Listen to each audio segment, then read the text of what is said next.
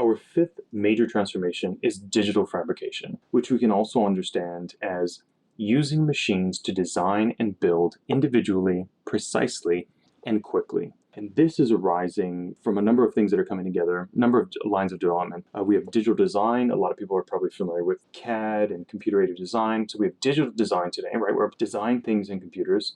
We have computer-controlled machines, literally sort of fabrication and manufacturing machines that are controlled and can be linked to those designs. Some of the most well-known and hyped of those are 3D printers. On top of all of these things, you not just have the ability to design digitally and have those designs fabricated through machines, but also we have new types of feedstocks, right? So 3D printers often use plastic, but they can also use lasers to essentially weld together everything from metal powder to sand and all these kinds of things. So all of this is creating a very new capability on how we design and build things.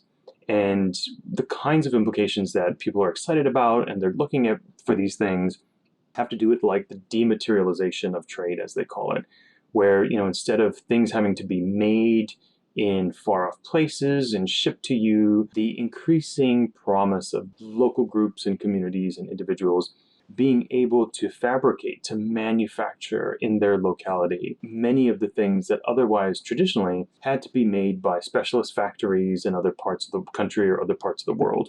And of course, part of this is looking at the ability to have flexible and customizable manufacturing, being able to design and make exactly the stuff that you want to see. And so part of the excitement of a lot of communities and smaller groups is the potential for this technology, this family of technologies, to empower these individuals and small groups to design and produce exactly the solutions that they imagine for their particular challenges. And so digital fabrication, as we talk about it, has huge potential to rewire some of the basic infrastructure and processes that much of society operates on. And so digital fabrication, using machines to design and build individually, precisely, and quickly, is another one of our major strategic issues.